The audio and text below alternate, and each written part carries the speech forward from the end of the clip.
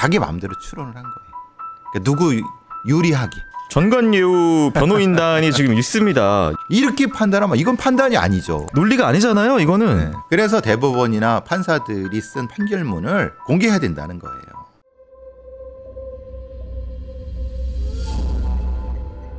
(2003년 1월 22일) 경찰에 걸려온 한 통의 제보 전화. 누군가 자신에게 사체를 안매장해달라는 내용이었습니다. 제보자가 지인으로부터 사체를 안매장해달라는 부탁을 받아서 거절을 했는데 그 지인이 직접 춘천 사북면에 사체를 안매장하러 갔다는 제보였습니다. 신고를 받은 경찰은 제보된 장소 인근을 조사하기 시작했고 춘천시 사북면 고탄리 인근을 배회하던 두 남자를 붙잡았습니다. 차량엔 불을 지른 흔적이 있고 근처에 50대 중반의 남성 사체가 발견됐습니다. 머리 부분에 둔기로 수차례 맞은 듯한 흔적이 있었고 배와 가슴 등에 날카로운 흉기로 찔린 흔적이 7, 8회 발견되었습니다. 현장에서 체포당한 남자는 20대 후반의 남성 반씨와 곽씨. 둘 다 실형 전과가 없는 사람들이었습니다. 특히 곽씨는 유도대회에 나가 동메달을 딸 만큼 유능했던 유도선수. 평범했던 삶을 살던 두 사람이 왜 살인을 저지르고 사체를 유기하려 한 걸까? 또 살해당한 남성과는 어떤 관계일까? 잘 모르는 사람입니다. 처음 봤어요. 어쨌든 사체를 처리하려고 춘천에 있는 야산에 안매장하기 위해 그쪽 지리가 밝은 사람에게 부탁을 했을 뿐입니다. 경찰 조사 결과 살해당한 남성은 이모씨. 가족들은 그가 살해당했다는 소식을 믿을 수 없다고 했습니다. 어제 재판이 있어서 법원에 간다고 나갔는데 살해를 당했다니 믿기지가 않아요. 이 씨는 사건 전날 개인적인 소송건으로 법원에 가기 위해 집을 나왔습니다. 그리고 법원에서 일을 보고 나오던 중 교통사고를 당한 것으로 밝혀졌습니다. 승용차에 사람이 치였는데 승용차에서 청년 둘이 내렸어요. 사고당한 중년 남성을 병원에 데려가겠다며 함께 타자고 하면서 중년 남성을 태우고 어디론가 가는 걸 봤어요. 교통사고를 낸 청년이 바로 이 씨의 사체를 유기하려고 했던 곽 씨와 반 씨였습니다. 둘은 이 씨를 병원에 데려가지 않고 살해 후 안매장했던 것입니다. 그냥 이 씨를 죽여주면 카드값 3천만 원이랑 사체비까지 갚아준다길래 교통사고로 위장해서 살해한 것뿐입니다. 그들은 누군가 이 씨를 살해해달라는 청부를 받았다고 했습니다. 거대한 권력과 그 앞에 휘청거린 대한민국 사법부. 대한민국을 뒤흔든 청부 살해 사건은 그렇게 시작됐습니다.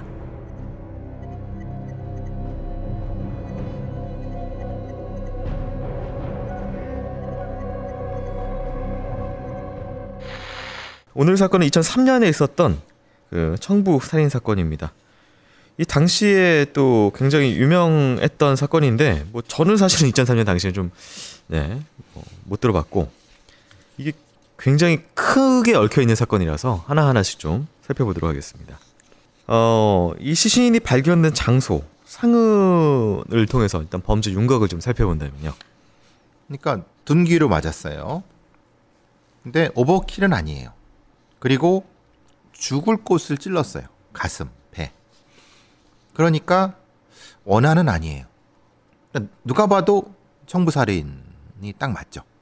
말하자면은 머리를 때려서 제압하고 가슴, 심장을 찌르고.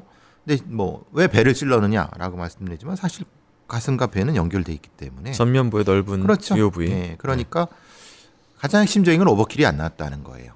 네. 그리고 두 명이서 이 정도면은 그것도 맞구나 이런 생각이 드는 거죠. 지금 이제 잡힌 사람 둘이 있습니다. 20대 청년 둘인데 이게 말 그대로 범죄 뭐 저희가 그냥 생각하기로 청부 살해는 그래도 이제 어쨌든 범죄 경력이 있거나 뭐 그런 사람이 해야 되냐 싶은데 그냥 없어요. 아무것도 실형 전과도 없고 한 명 그냥 운동했다 정도. 그러니까 뭔가 궁한 사람, 돈이 궁한 사람한테 그냥 시킨 정도. 이게 오해가 생기는 게 이런 거예요. 영화를 너무 많이 본 거예요. 청부살인이 그렇게 했느냐. 여태까지 있었던 청부살인에서 그렇게 청부살인 된 게 얘가 얼마나 되느냐. 대부분은 이런 사람들한테 시키지. 그냥 주변에 힘쓰는 젊은이라고 해야 되나요? 뭐? 돈 없고 네. 필요한 그리고 쉽게 자를 수 있는 정리가 될 수 있는. 네. 생각해 보면은 경험이 있고 전문가면은 얼마나 비싸겠어요. 그래서 그런 사람을 어떻게 접근을 해요? 그러니까 의뢰하는 내가 범죄꾼이 아니니까 그렇죠, 연결점이 당연하죠. 없다. 예. 네. 그렇게 역으로 생각하면 이건 되게 쉬운 얘기인데 이거를 영화적으로 생각하니까 사건이 엉망이 되죠. 이 당시에 이제 목격자도 있습니다. 차로 교통사고가 났고 네. 친 사람들이 내려서 병원 데려가겠습니다. 태우고 갔다. 네. 목격자를 남겼다는 것. 그리고 교통사고를 처음에 이렇게 해서 데려가서 이렇게 이런 범죄를 했다는 범행 수법은 뭐 어떻게 보세요? 수법은 생각한 대로 된 것 같아요. 네. 근데 진짜 제대로 하려면 목격자를 남기면 안 되지. 얼마 전에 강남에서 벌어졌던 납치 살인 사건, 네네. 코인 관련된 네. 이름이 뭐 황이 뭐 이런 애들 많잖아요. 그 중에 하나가 뭐 특수부대 출신 뭐 이런 얘기 하는데 그러니까 비슷하잖아요. 지금 이거랑. 예. 태우는 거. 그렇죠. 그러니까 이제 전형적인 경험치가 없는 애들이 청부 살인을 하는 형태. 예. 자, 그렇다면 이 사건을 계획한 사람, 즉 살인을 의뢰한 사람 누군지 기록 이어서 살펴보도록 하겠습니다.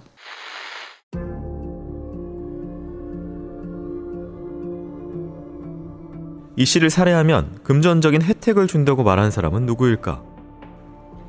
반 씨와 곽 씨는 김성수에게 청부 살해를 요청받았다고 진술했고 이에 바로 김성수를 지명수배하며 수사에 나섰습니다. 하지만 용의자 김성수는 어디론가 잠적해버렸고 2개월가량 흘렀을 무렵 김 씨가 부천에서 검거됐습니다. 검거 과정에서 김 씨는 도망을 치다가 7층에서 떨어져 골반을 심하게 다치는 사고도 발생했습니다. 경찰은 김성수를 통해 청부 살인을 의뢰한 이유를 물었고 그는 이해할 수 없는 진술을 했습니다. 제가 죽은 이 씨랑은 알지는 못하지만은 어쨌든 그 인간은 죽어 마땅해요. 살인을 의뢰한 김성수는 이 씨와 원한 관계도 없었고 심지어 일면식도 없는 사이라면서 왜 이 씨를 죽이라고 시킨 것일까? 게다가 김성수는 무직이나 다름이 없었고 곽 씨와 반 씨의 카드 빚을 갚아줄 재력가도 아니었습니다. 김성수는 사건이 발생하기 8개월 전부터 반 씨에게 이 씨를 죽여달라고 의뢰했습니다. 하지만 반 씨는 거절했고 그렇게 잊혀지는 듯 했지만 몇 개월 후 김성수가 다시 살인 청부를 의뢰했다고 했습니다. 의뢰받은 게 7월쯤인데 거절하니까 계속 제안하는 거예요. 그래서 2002년 12월 초에 제안을 수락했어요. 마침 금전적으로 힘들기도 했고요. 이 씨를 죽여주면 김성수가 7천만 원 주겠다고 약속했습니다. 무직이었던 김성수가 어떻게 그렇게 큰 돈을 준다는 것일까? 그리고 곽 씨와 반 씨는 왜 김성수의 말을 철석같이 믿은 것일까? 그 이유는 김성수를 믿은 것이 아니라 김성수 뒤에 있는 사람을 믿었기 때문입니다. 김성수 씨가 자신의 재력가 친구를 언급했고 그 친구가 이 씨를 죽여달라고 시켰으니까 성공하면 돈을 줄 수 있다고 했습니다. 과연 이 말은 사실일까? 경찰의 질문에 김성수는 이렇게 답했습니다. 네, 사실입니다. 제 초등학교 동창이 이 씨를 죽여달라고 했습니다. 조사 결과 범행 3일 전에 반 씨와 곽 씨는 김성수의 친구 사무실로 찾아가 김성수의 동창과 40여 분간 함께 있으면서 장기까지 뒀고 살인 의뢰를 받았던 것으로 알려졌습니다. 그렇다면 살해를 교사한 김성수의 동창은 누구일까? 그의 정체는 놀랍게도 7개의 학교를 소유한 대표적인 사립학교 재벌가의 차남 오진환이었습니다.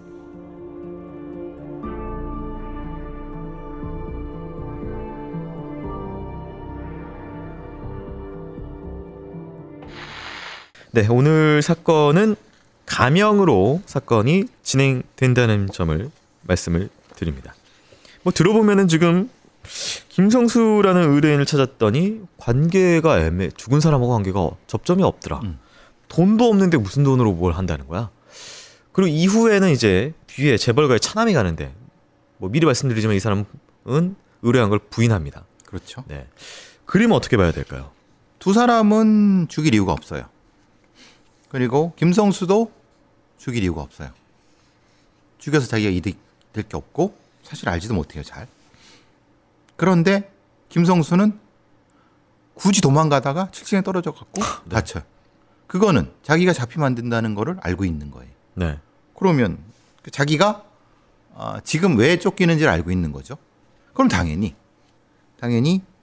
무엇인가를 어떤 비밀을 가지고 있는 김성수의 말을 신뢰해야 되겠죠. 네. 그렇죠? 이게 하청의 하청이라고 지금 이제 김성수의 초반 진술에. 근데 그게 맞는 거는 네. 직접 하게 되면은 네. 당연히 걸리죠. 하청에 하청을 하게 되면 네가 뒤집어 써라. 내가 돈 줄게. 네 뒤는 내가 보장하마. 그게 더 맞지 않아요? 사실 이제 이 저희가 가명으로 얘기한 이 오진환이라는 사립학교의 차남.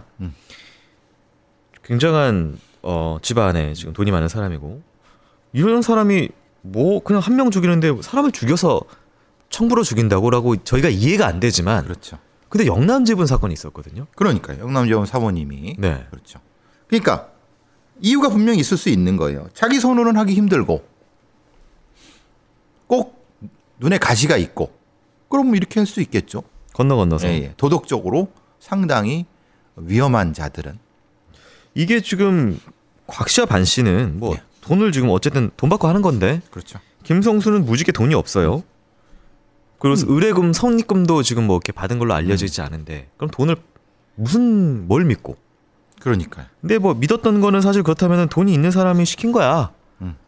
라는 것밖에 없을 것 같은 상황이거든요. 그러니까요. 김성수가 돈을 준다고. 네.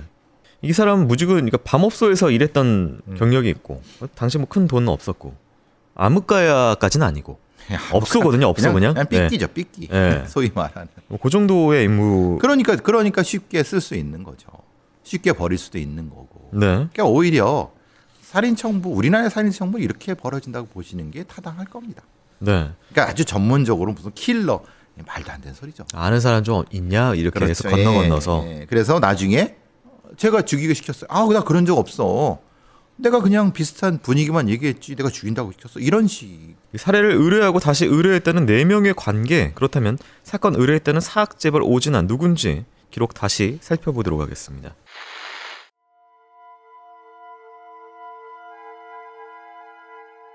H사립대학교 재단 이사장의 차남 오진환은 평소에도 학교 이권에 깊숙이 개입하는 것으로 암암리에 소문이 나 있었습니다.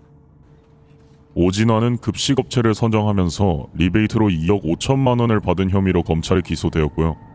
급식 과정에서도 학생 1인당 한 끼 75원씩 리베이트를 챙겨서 부당이득 5천만 원을 올린 것도 밝혀져서 기소됐습니다. 그 외에 횡령과 탈세까지 밝혀지면서 H사립재단의 민낯이 드러나자 일각에선 의례적인 일이었다는 말까지 나왔습니다. 사학재단 비리에서 횡령이나 부정청탁인 경우 외부로 잘 드러나지 않는데 이번 비리는 내부자의 고발 때문에 외부로 드러날 수 있었습니다.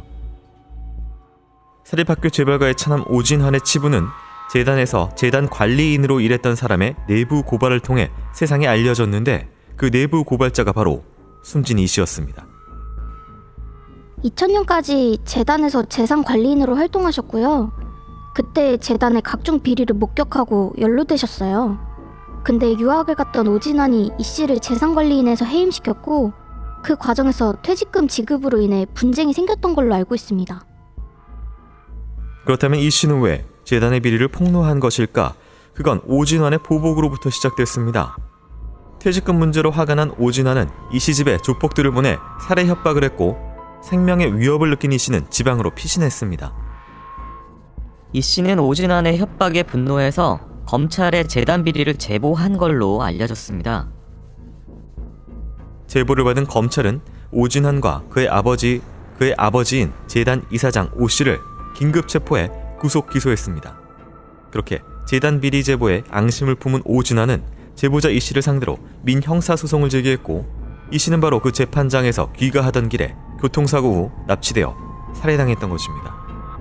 모든 사건의 고리가 밝혀지자 경찰은 오진환을 살인교사죄로 구속했습니다. 그리고 살인을 반 씨와 곽 씨에게 교사한 김성수는 경찰 조사와 검찰 1차 조사 때까지 오진환이 처음부터 살인을 사주했다고 시인했습니다. 오진환으로부터 이 씨를 살해하라는 지시를 받아서 반 씨와 곽 씨에게 이 씨를 살해하라고 했느냐?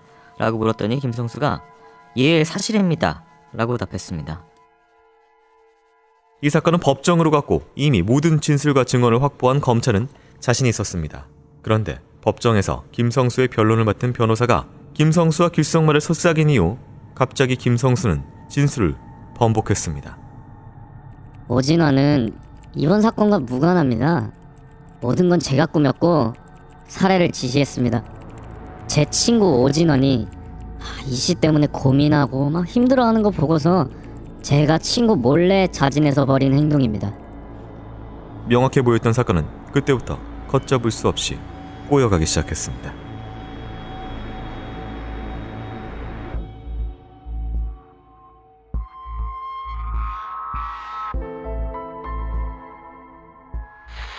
네, 이 재단이 전반적으로 뭐 여러 가지 많이 일명 썩어 있는 상황, 뭐 법적으로 밝혀졌으니까요. 2000년도 초반에는 이런 비리 재단이 많이 나타났죠. 네. 정권도 교체가 됐고 이게 전체적으로 사회가 민주화되면서 비리 사학들이 많이 이제 드러나기 시작을 했습니다. 뭐 얘기만 들어도 금방 알 수 있는. 저 학교 다닐 때도 대학교 때 저희 뭐 재단에 뭐 비리 관련돼서 뭐 학생회에서 대자보 걸고 막 이런 거 했었거든요.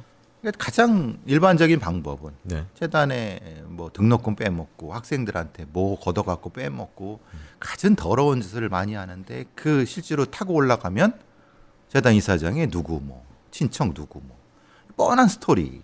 네, 이 씨 같은 경우 숨진 이 씨 같은 경우 말 그대로 이제 이 머슴 같은 역할 이 재단에 그렇죠. 오랜 기간 동안에 여기서 일하면서 재단 관리인도 하고 이랬던 사람이었는데 이 아버님 선대의 입장까지는 쓰였지만 갑자기 유학 중이던 둘째가 돌아오더니 얘를 자르고 네. 이제 지가 다 먹으려고 했던 거죠. 네, 그러니까 그러면서 뭐 퇴직금 문제로 이것도 안 줘, 뭐 이래 버렸나 봐요. 그러니까 이제 앙심을 품고 왔다 갔다 폭로 이렇게 내부 비리를 네. 했고 그래서 자기들이 재판을 받게 되자 앙심 품고 그러니까 충분히 개연성 있죠.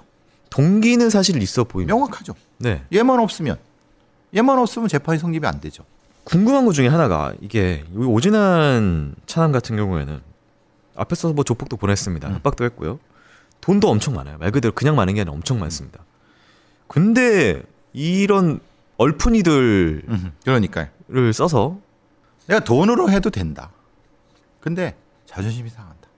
그게 싫다는 거야. 그러니까 지금 이제 이 씨 머슴한테 돈 주고 처리해도 되는데 감히 네가 지금 나한테 그렇지.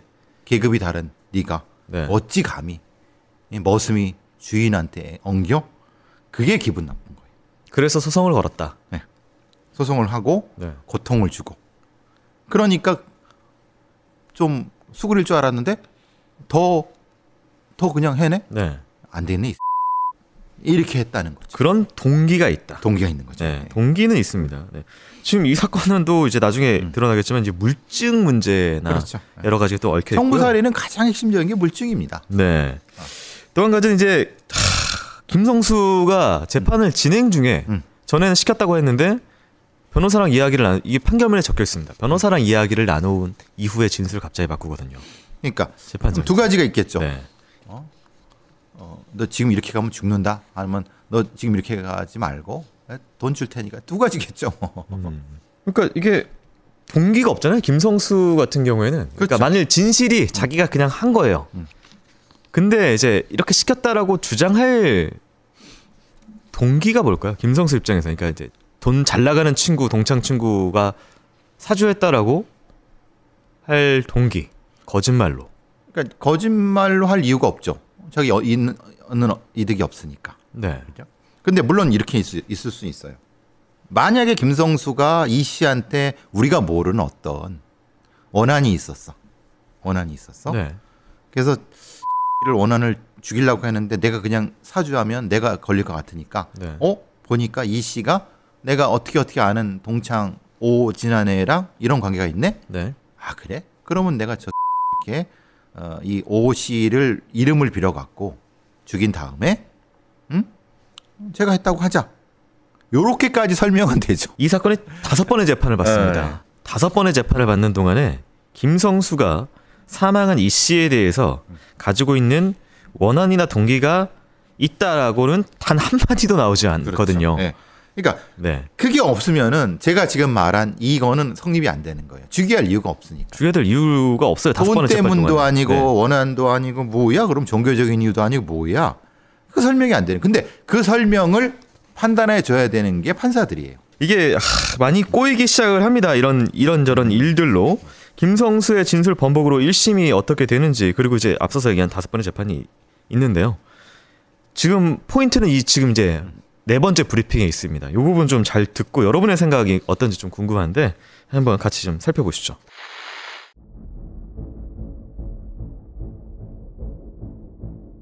(180도) 바뀐 김성수의 진술. 그는 자신이 살해교사를 했다는 주장을 2심까지 했습니다. 제 친구 오진원이 이씨 때문에 고민하고 막 힘들어하는 거 보고서 제가 친구 몰래 자진해서 벌인 행동입니다. 김성수가 진술을 바꾸자 그 사이 오진아는 전관 예우를 받을 수 있는 변호사 4명을 선임했습니다. 그리고 이 사건은 법정에 섰고 1심 공판에서 오진아는 살인교사 혐의에 대해서 무죄를 선고받았습니다. 무전 유죄, 유전 무죄를 실감합니다. 어떻게 판결이 이렇게 나올 수가 있나요? 억울합니다. 1심에서 무죄 판결을 받은 오진아는 자기가 선임한 변호사와 골프를 치는 등 여유를 찾았고, 그렇게 막강한 변호인을 선임한 오진아는 2심에서도 무죄를 받을 거라 예상했습니다. 김성수 역시 1심의 주장을 굽히지 않고 자신이 범인이라고 진술하는 상황이었기 때문입니다. 그런데 2심에서 결정적인 증거가 밝혀졌습니다. 김성수와 반모 씨는 서로 연락을 쉽게 하기 위해 대포폰 2대를 빌렸고 각각 범행 때만 사용했습니다. 추적 결과 김성수의 대포폰 번호를 찾아냈고 통화 기록을 조회해보니 김성수가 범행 직후 오진환의 집으로 통화한 기록이 나왔습니다. 김성수는 범행 직후 전화 2통을 거는데 이 중 한 통을 대포폰을 이용해 오진환에게 걸었습니다. 이 대포폰은 반 씨가 구한 것. 반 씨는 김성수가 전달한 돈 중 일부로 이 대포폰을 구했습니다. 그럼 김성수가 전달한 돈의 출처는 어떻게 될까? 오진환은 자신은 김성수에게 돈을 준 적이 없다고 주장했지만 김성수가 오진환에게 돈을 전달하는 것을 제가 봤습니다. 3천만 원이었고요. 당시가 2001년 7월경이었습니다. 1심의 무죄를 뒤집는 결정적인 증거를 검사가 제출했습니다. 게다가 이미 사건 3일 전에 곽 씨와 반 씨가 오진환의 사무실에서 만났다는 진술을 한 상황. 반 씨의 이야기에 따르면 물주인 오진환이 실제 의뢰를 했는지 돈을 받을 수 있는지 확인차 김성수에게 오진환을 만나게 해달라고 했고, 당시 오진환의 사무실에서 40분가량을 만났다고 했습니다. 헤어지는 길 엘리베이터에서 오진환은 반 씨의 어깨를 두드려주며 조심해, 잘 가 라고 이야기를 했습니다. 재판부는 이들이 사건 전 다 같이 모여 범행을 모의한 것으로 판단했습니다. 이처럼 정황적 증거와 진술들이 나오기 시작하자 2심 판결은 1심과 180도 뒤집혔습니다. 법원은 오진환에게 무기징역을 선고했습니다. 오 씨는 이 씨와 원한 관계가 있었지만 김성수는 이 씨를 살해할 이유가 전혀 없으며 오 씨와 김 씨 사이의 경제적 후원 관계가 인정됩니다. 또한 김성수가 오진환의 부탁을 받았다고 진술을 했다가 말을 바꿨지만 진술의 신빙성이 떨어지고 무직인 김성수가 오 씨로부터 여러 가지 형태의 경제적 이득을 얻어온 점에 비춰볼 때 청부 살해의 관계가 인정됩니다. 드라마처럼 뒤집힌 2심 판결. 무기징역을 선고받은 오 씨는 현장에서 법정 구속됐습니다. 사학재벌가의 아들로 무소불위의 권력을 휘두르며 생활했던 오진환. 온갖 비리에 연루된 그가 평생을 감옥에서 보낼 거란 예상도 많았습니다. 이렇게 끝난 줄 알았던 사건. 하지만 대법원에 가면서 사건은 다시 한번 뒤집히는데 대법원은 오진환이 무죄라면서 이 사건을 고등법원으로 파기환송시켰습니다. 살인범행을 앞두고 교사자와 실행자는 평소보다 연락을 자제하는 등 의심을 받지 않도록 은밀하게 행동하는 것이 일반적임에도 피고인 김성수와 오진환은 이 사건 범행 무렵까지도 자주 접촉했을 뿐 아니라 이 사건 범행 몇 시간 전인 새벽까지도 함께 있기도 했습니다.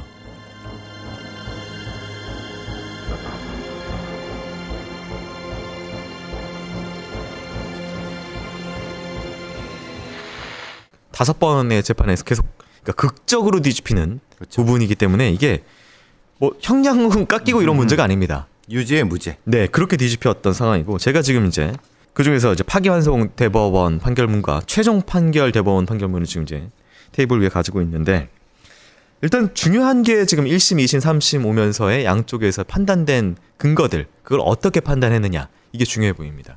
근데 팩트는 똑같아요. 네. 죽이기 전에 만났어요. 네. 만나서 뭘 했어요.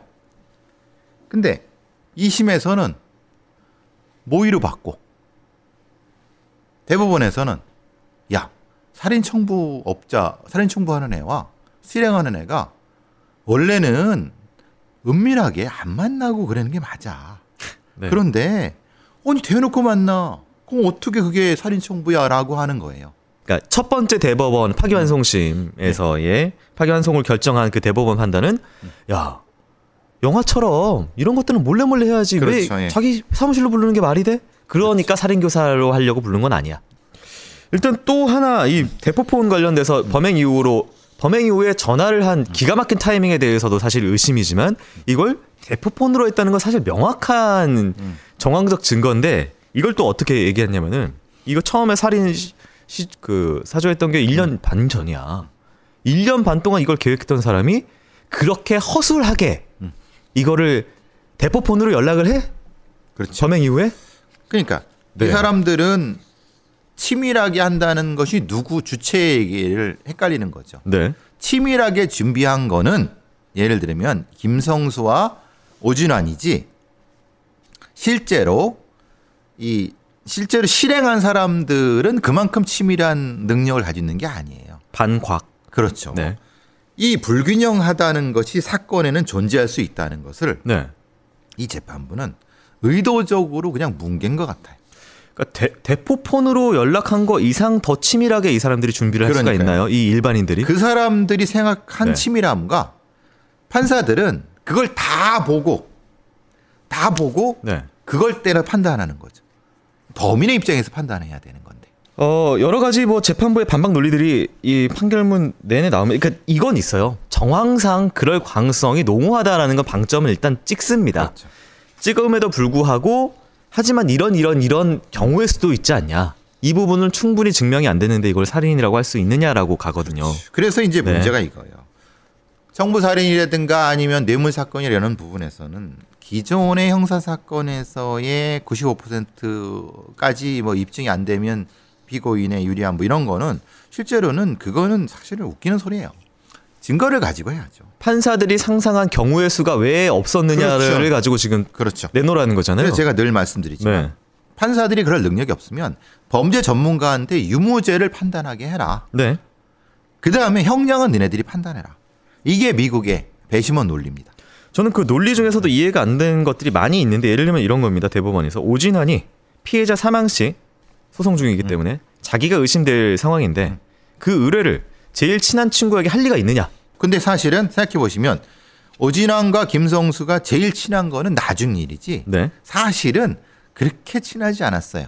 네. 조금 만났다가 그렇게 네. 보일 뿐이었어요. 몇 년간 헤어졌다 만났다 그렇죠. 이런 관계였다. 그게 무슨 우리가 친한 친구라고 매일 술 먹고 일주일에 한두 번 만나는 이런 소위 말하는 급이 같은 애가 아니었다는 거예요. 네.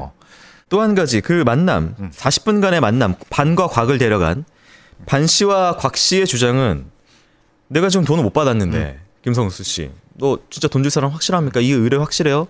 회장님 보여주세요. 그래서 만났다고 반 씨와 곽 씨는 얘기를 하고 근데 이제 오진환은 그런 게 아니었다라고 얘기를 하기 때문에 법원은 어떤 식으로 그럼 이게 어떤 경우의 수가 있냐고 판단했냐면은 김성수가 반곽을 속였다. 그래서 마치 이 자기 친구 오진환이 돈을 줄 것처럼 만남을 성사시켜서 그러니까 오진환마저 속이고 오진환을 친구를 이용을 해서 얘네 돈 줄 것처럼 속여가지고 얘네를 살인을 시켰다라고 하는데 오진환은 사실 이런 말 그대로 떨거지들 자기 레벨에서를 40분 동안 만나줘야 될 이유가 뭐죠? 그러니까 형사법의 가장 큰 원칙이 이겁니다. 판사들이 지들 마음대로 추정하지 말라는 거예요. 네. 이건 진짜 말 그대로 이 증거와 관련되지 않은 상황에서 그 상황에서 자기 마음대로 추론을 한 거예요. 그러니까 누구 유리하게. 네. 전관예우 변호인단이 지금 있습니다. 네. 오진환 재벌가 차남에겐. 그러니까 사실은 이런 것 때문에 예전에 어떤 일이 있었냐면 대법원 판결문이나 아니면 뭐 법원 판결문이 공개가 안 된 이유가 그거예요. 해놓으니까 야 이건 변호사들이 써준 거 그대로 판결문에 넣었네라고 하는 욕을 먹는단 말이에요. 그러니까 이게 공개가 안 되는 거예요. 이게 누가 봐도 이거 오진환이 편을 드는 거지 추정에 추정을 한 거잖아요. 네. 이렇게 판단하면 이건 판단이 아니죠. 그 추정도 논리적인 근거가 없어요. 그럼 왜 만나줍니까? 오진환이 회장이. 그냥 생각이에요. 네.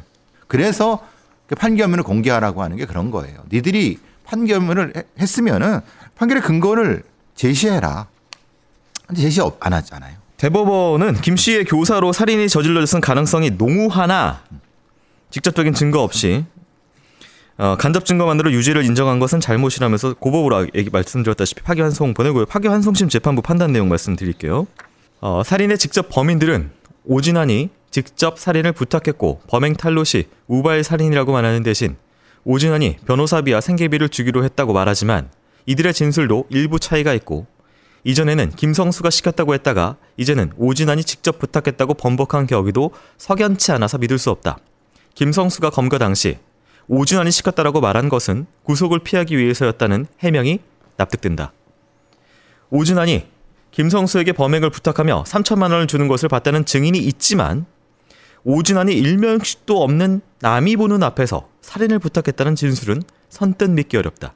가장 유력한 간접 증거는 김성수와 이 씨가 원한 관계가 없다는 반면 오진환과 이 씨의 사이가 나빴다는 것이지만 오진환이 김성수에게 살인을 부탁했다는 때는 이미 송사가 마무리된 시점이라 살해의 필요성이 크다고 보기 어렵다. 그보다 이 씨가 살해당하면 오진환이 가장 의심받을 상황을 김성수가 이를 이용해서 살인을 저지른 뒤 오진환에게서 금전적인 이익을 얻으려 했다는 주장이 오히려 설득력이 있다라고 판단하면서 최종 무죄로 판단됐습니다. 그러니까 이제 전체적으로 김성수가 작정을 하고 오진환을 털어먹기 위해서 죽여놓고 협박하겠다는 거잖아요. 라고 하는 거죠.